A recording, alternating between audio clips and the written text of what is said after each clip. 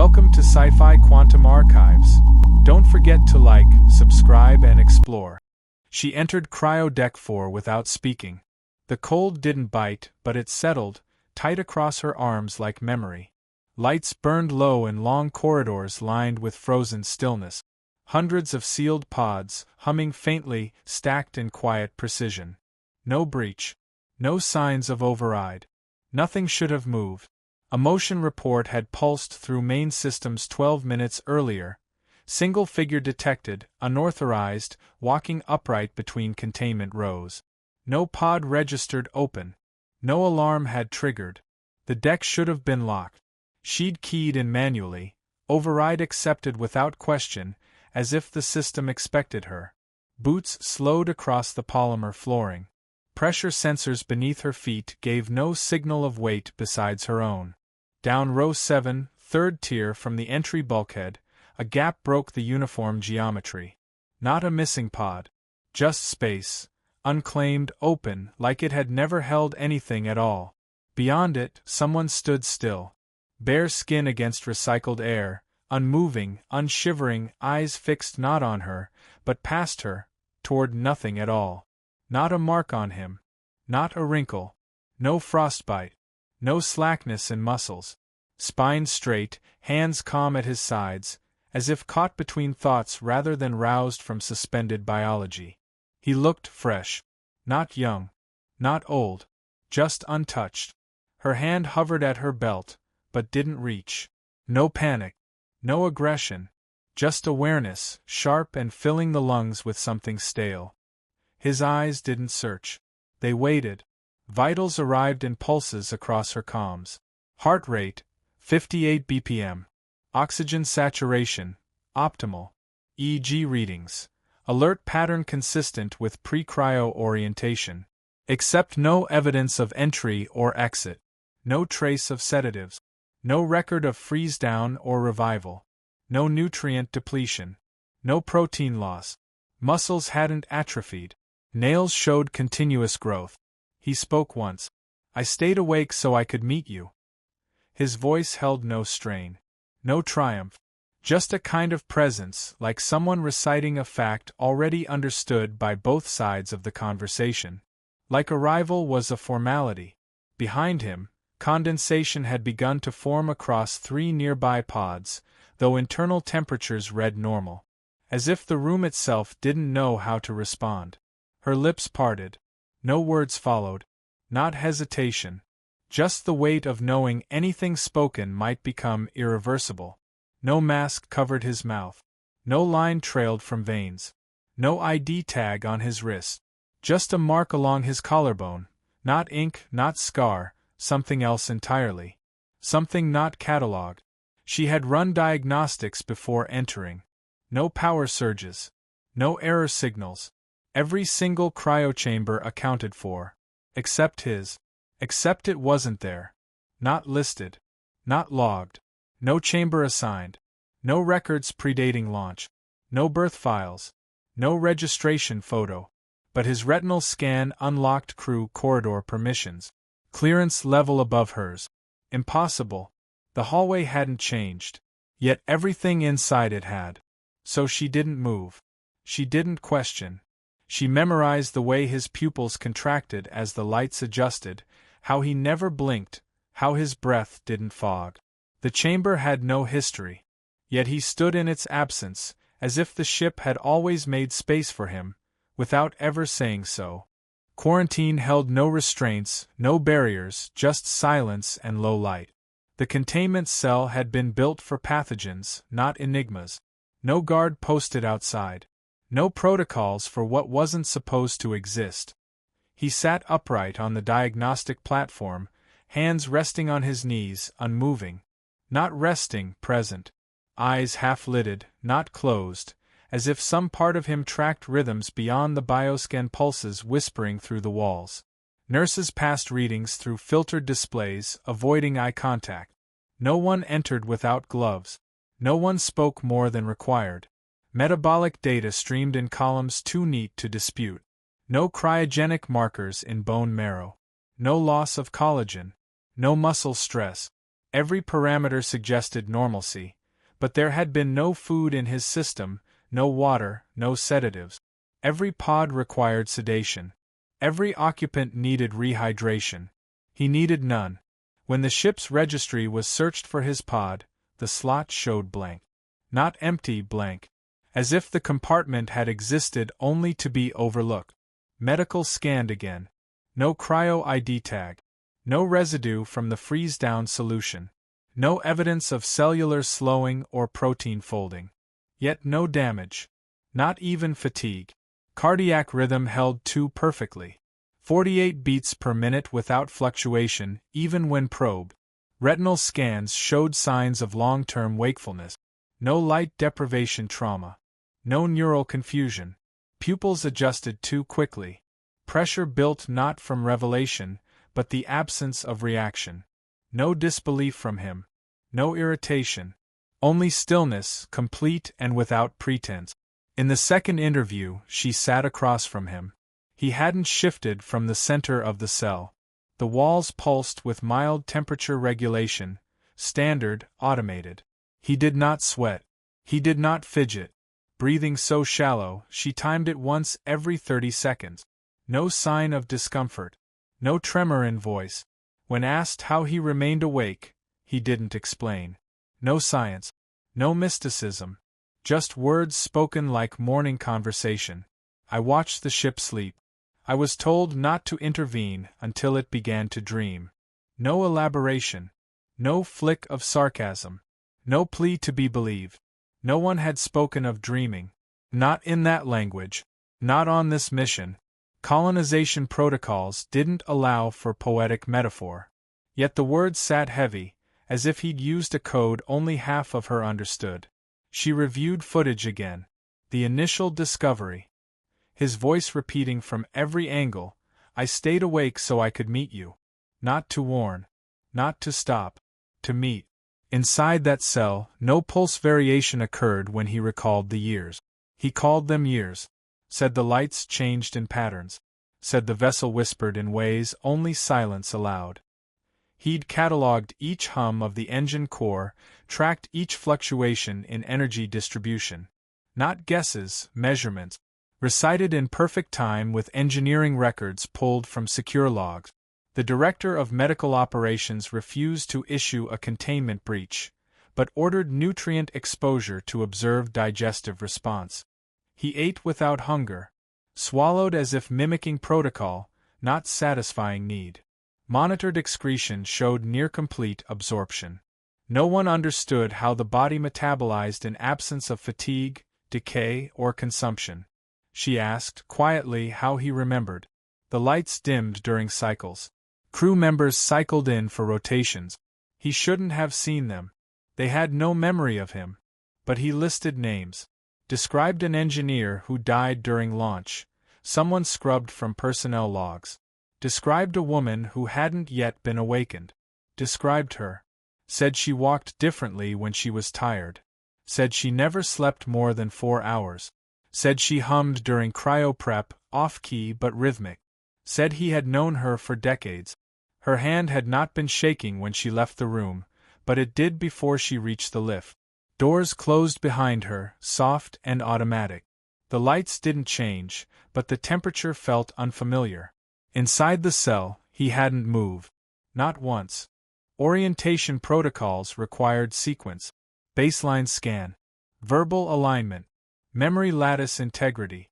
All calibrated for crew just roused from chemical sleep, minds fogged with temporal lag and muscular thaw. He moved through each station without cue. Answered before questions concluded. Not eager. Not resistant. Familiar. When shown diagrams of the ship's substructure, cutaway schematics used only in engineering onboarding, he corrected 2 outdated labels. One no longer matched the updated filtration node in Deck 9. The other hadn't been revised since pre-launch revisions on Earth. That blueprint hadn't existed on board. During auditory pattern tests, he requested alternate frequencies, selected codes buried in maintenance subsystems, recited by numeric value, not tone. When asked how he recognized them, He gestured toward the floor, said they hummed when the sleep chambers activated. No sensors ever recorded that signal. Her role required consistency. Questions crafted to root out stress fractures, temporal confusion, sleep-related delusion. He responded without variance. But not robotic, not memorized. As if the questions were so familiar they no longer needed parsing. She adjusted the pacing. Broke rhythm intentionally. Paused mid-sentence. Tried distraction. He didn't wait. He finished where she left off, not with guesses, but with the words she hadn't said aloud yet. He spoke of deck reroutes scheduled for 6 months into the voyage. A coolant fault projected to affect the crew mess refrigeration hub that hadn't been logged anywhere outside maintenance archives. He gave her the timestamp it would fail. Down to the second. She marked every anomaly in the record, noted inconsistencies, logged possible confabulation, flagged for observation. Her own notes grew shorter over time. Not because fewer questions remained, but because fewer made sense to ask. She prepared the long-form cognitive stress test, a 3-hour session designed to press memory strain. The kind of assessment that fractured even the most lucid minds after cryo. He completed it in 48 minutes. No errors. During the sequence pairing, he paused once, only to ask if the color hues used had changed since launch. They had. She reviewed his language use. Syntax showed no drift. Emotional response matched prompt. Not dampened. Not exaggerated. Just clean. As if every question passed through him without friction. On the final day of the evaluation block, she asked the standard loss perception query.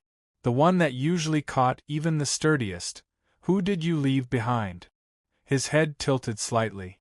Not evasive. Not withdrawn. Just curious. Almost confused. Not by the question, but by her assumption that he had.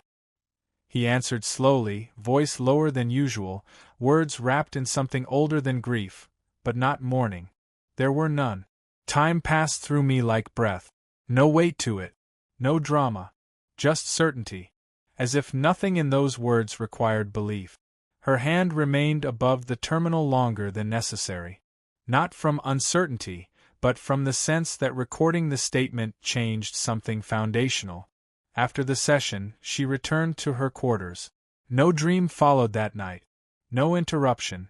Just a stillness that felt noticed.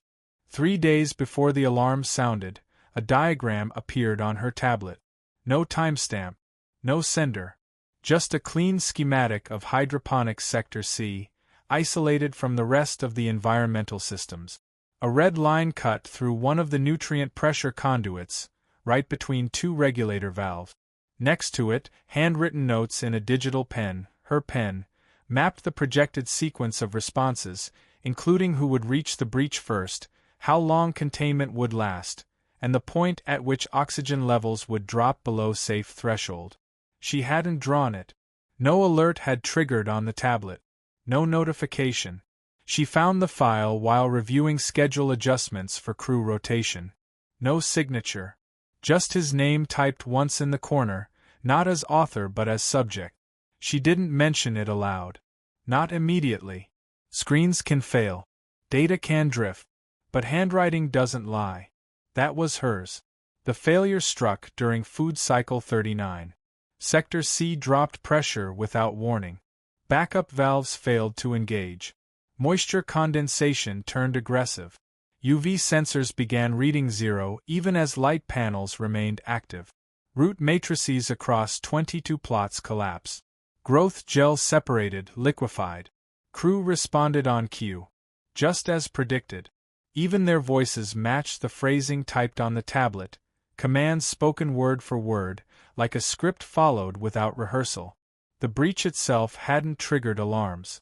A junior agritech had entered the chamber first, bypassing standard PPE. Not recklessness. Familiarity. She said the system looked off, but not wrong. Vents were too quiet. The smell reminded her of something she couldn't place. By the time she called it in, spores had already begun separating from broken plant structures. Containment teams moved swiftly, rerouting airflow, applying sealant. No lives lost, but 30% of that quarter's yield unsalvageable. In the debrief, the question wasn't how it happened. They had data for that. The question was why it matched the drawing. She requested him brought back into session. No shackles. No escort. He walked alone. She placed the tablet on the table between them. His gaze never shifted. No surprise. No hesitation. Just the briefest pause, like someone waiting for water to settle before drinking. He looked at the image, eyes grazing across the prediction, not as if verifying, but remembering. She asked if he caused it. He said no. She asked if he guessed. He shook his head. I didn't see it happen. I remembered it. He didn't explain what that meant. Not yet. Not in those words. But something shifted between them. Not trust. Not fear. A recognition. She checked surveillance records again after he left. None showed him entering the control room. None showed him accessing system schematic. Yet the records of valve stress lined up with his diagram. Not in general shape.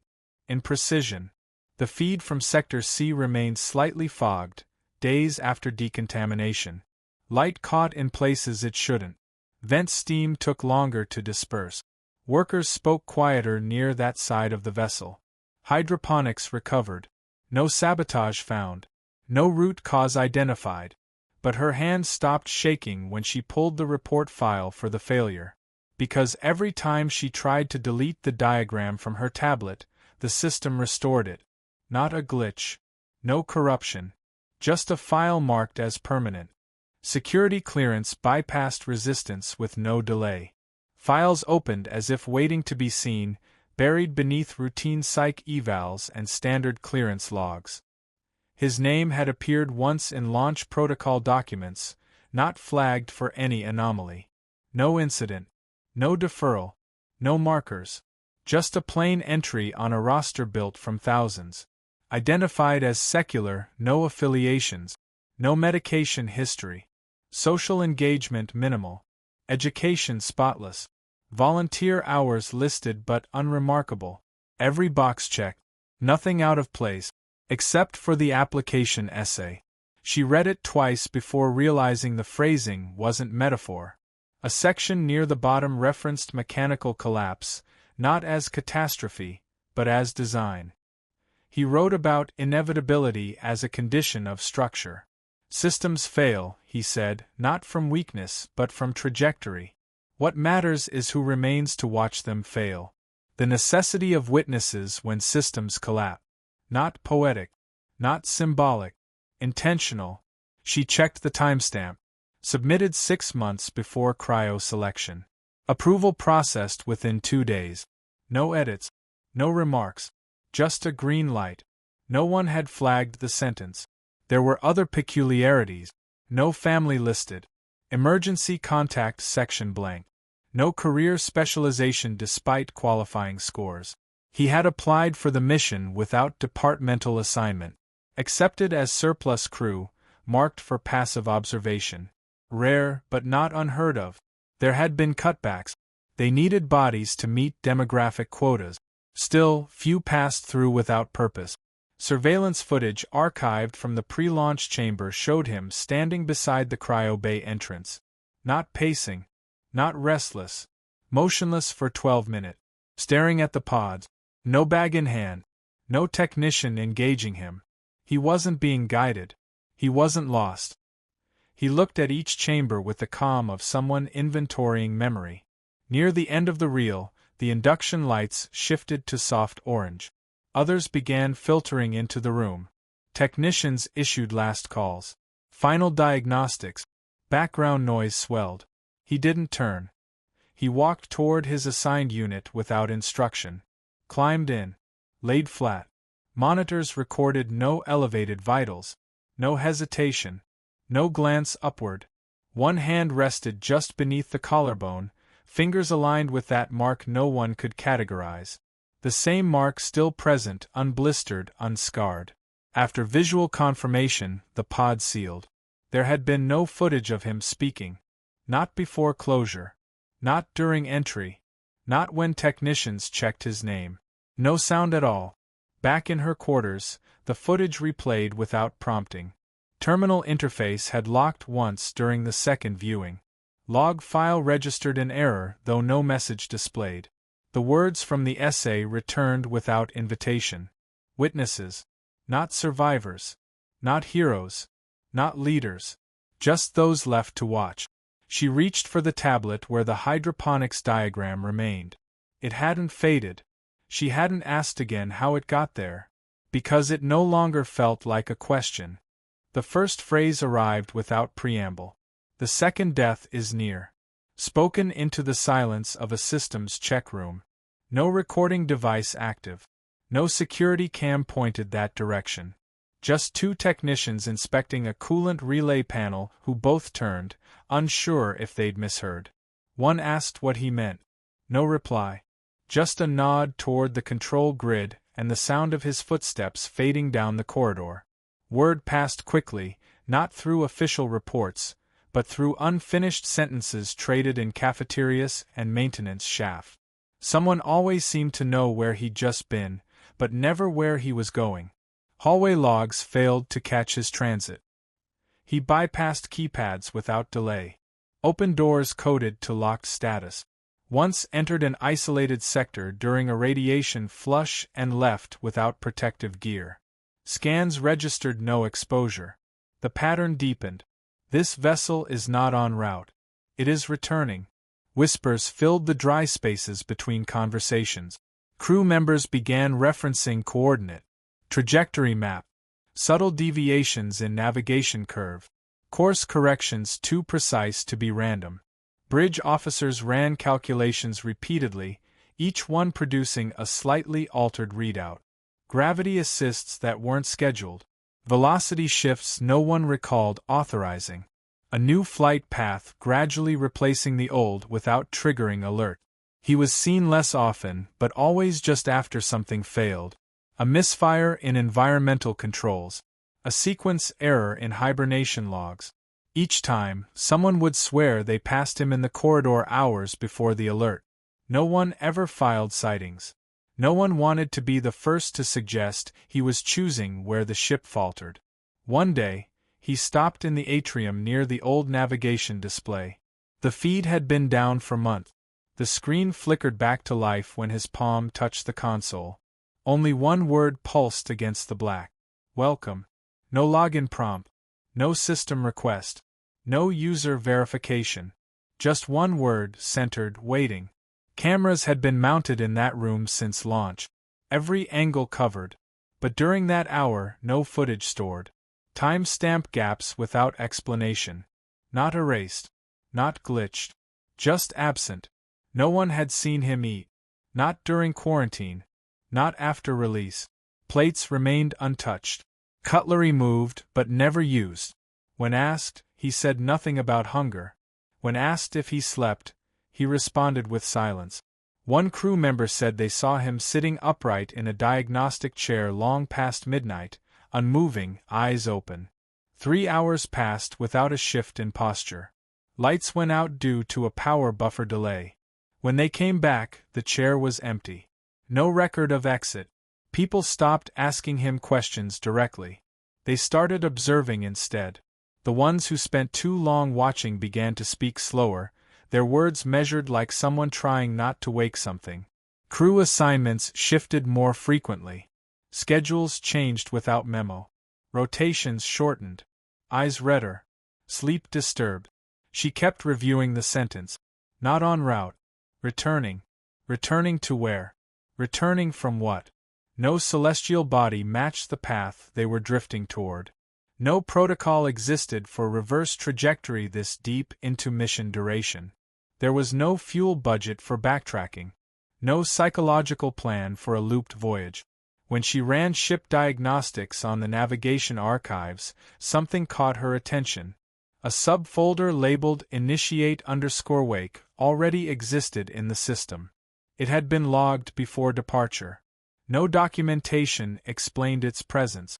Access history showed one user entry. No name. Just an identifier linked to his medical clearance.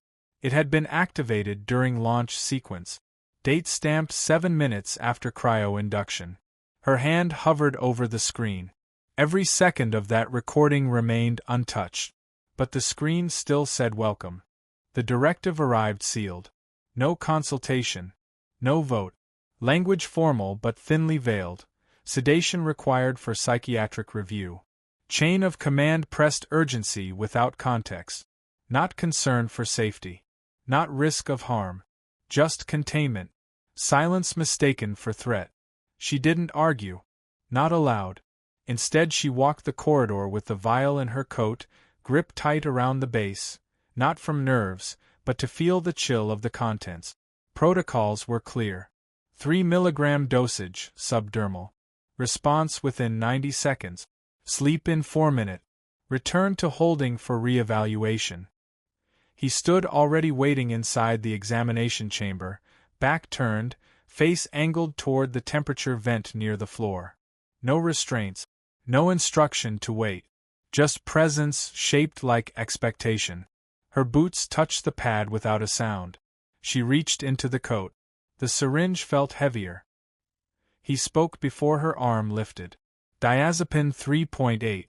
Polycarb suspension. Absorption rate depends on depth. You'll aim high but miss the nerve. Not accusatory. Not smug. Just aware. He turned. The smile didn't reach his eyes. It wasn't meant to. You are the one who listens. That's why I spoke. No resistance followed. No raised voice. He stepped forward, gently pressed 2 fingers against her wrist, right above the spot the needle would enter.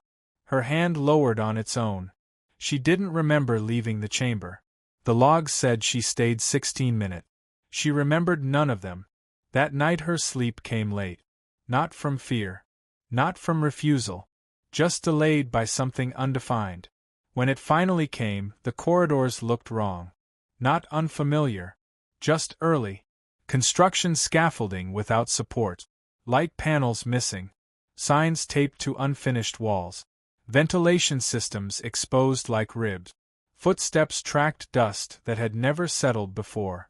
And in the center of a hallway she didn't recognize but somehow named, a door stood without hinges, open to no room, frame untouched by tools. Inside the silence, someone breathed.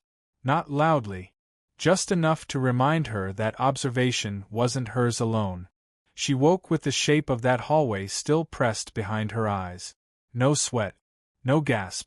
Just the feeling of a place remembered before it was built. Her schedule remained unchanged. No note about the failure of sedation. No mention of the encounter. But her access to psychological evaluations had been suspended. No explanation. Just revoked. She passed him once on the upper access walkway, 3 hours into artificial morning cycle. No word exchanged. He didn't glance. He didn't need to. Her hand brushed the railing. For a moment it felt like metal that hadn't cooled yet. On day 93, the absence began as a silence no one noticed. Schedules remained intact. No alerts. No breach reports. No system irregularities. But he was no longer anywhere. Med scans ran background checks on every pressure plate. Nothing triggered. Cameras across every deck returned no entries, no shadows, no reflections. Not a single frame offered his image. Not retreating down a hallway, not stepping into an elevator, not seated at a terminal. No sign of departure. Just the fact of him gone. Her first response wasn't disbelief. It was stillness. Not the kind that follows shock. The kind that arrives when confirmation is unnecessary. She asked the mainframe for location data. The request returned blank. Not access denied. Not data missing. Just blank. A white field where coordinates should live. 2 hours later, alarms blared from Deck 2. Cryopod 31 had engaged emergency override. Internal sensors read rising CO2, premature cardiac stimulation, low hydration, tissue inflammation. A female colonist, early 20s, not scheduled to wake for another 11 months. Her pod opened before med crew reached the bay. No one initiated the override. Logs showed no manual entry. Temperature had climbed without triggering the buffer. By the time the door sealed behind her, blood had already marked her palm. She coughed once, then again. Her eyes scanned the space with recognition that didn't belong. She should have been disoriented. Vision blurred. Muscles trembling. Instead she stared straight through the wall to her left. Lips cracked open without tension. He walked ahead to prepare the ground. No one moved. Her body collapsed before impact. Pulse failed before the floor registered her weight. Resuscitation began by instinct, not hope. She never returned. Tissue samples showed no infection. Blood panels showed no anomaly. Brain scan revealed activity patterns consistent with long-term cognitive reinforcement, like memory had been conditioned, not learned. Medical logged the event as pod failure with complications. Psychological review filed the statement as non-responsive utterance under duress. She refused both. What stayed with her wasn't the words. It was the way they came, not rushed, not broken, but timed. As though they'd been waiting for release. She returned to the surveillance deck that night. Pulled records from every corridor within 50 meters of Cryopod 31. None showed motion. None showed entry. But one terminal on the far wall had blinked. Not flashing. Not alerting. Just one small word on repeat. Receive. The final log wasn't scripted. No preparation.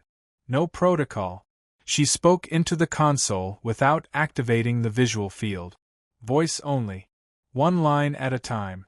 Words like footsteps down a corridor no longer map. Navigation confirms we are no longer tracking toward the colony. No signal delay. No static interference. The course line, once locked toward a star system unknown to Earth's surface, had curved. Not by error. Not through drift. It bent with precision.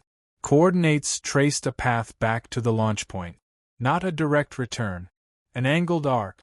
As if the ship had changed its mind gradually, politely, as not to disturb the sleeping. No alert had sounded. No override engaged. The ship simply obeyed. One course replaced by another. No security breach. Just a new directive sitting silently inside the logs, labeled as original mission path. No history of edit. No conflict flag. Some of the crew had begun to wake. Not scheduled. Not triggered by system command. Pods released in 2s and 3s, hours apart, without order or reason. Each person emerged less disoriented than expected. Some moved without hesitation. Others simply stared. None recalled dreams. But several asked the same question within moments of consciousness. How long was he walking? No one explained. No one answered. Not directly. She visited the cryosector during third cycle. Light dim. Noise low. Air filtered sharper than usual.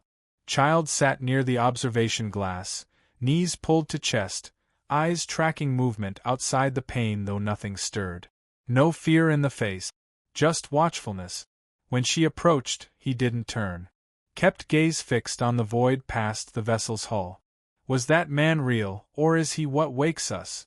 No correction followed. No smile. No prompt. She didn't answer. Because no answer fit. The shift had not come with sound. It had come with memory. Not hers. Not entirely. Images returned from nowhere. Hallways half-built. Rooms she had never entered but knew intimately. Pressure beneath her feet where panels hadn't been laid. Code logs bearing her name but not her credentials. She stopped logging daily entries. Not out of resignation. Out of awareness. The journey no longer belonged to arrival. It belonged to return. Thank you for watching and sticking with me to the end. Now, if you believe humanity deserves a future among the stars, do subscribe now. Only those who'd abandon Earth to its fate will scroll past.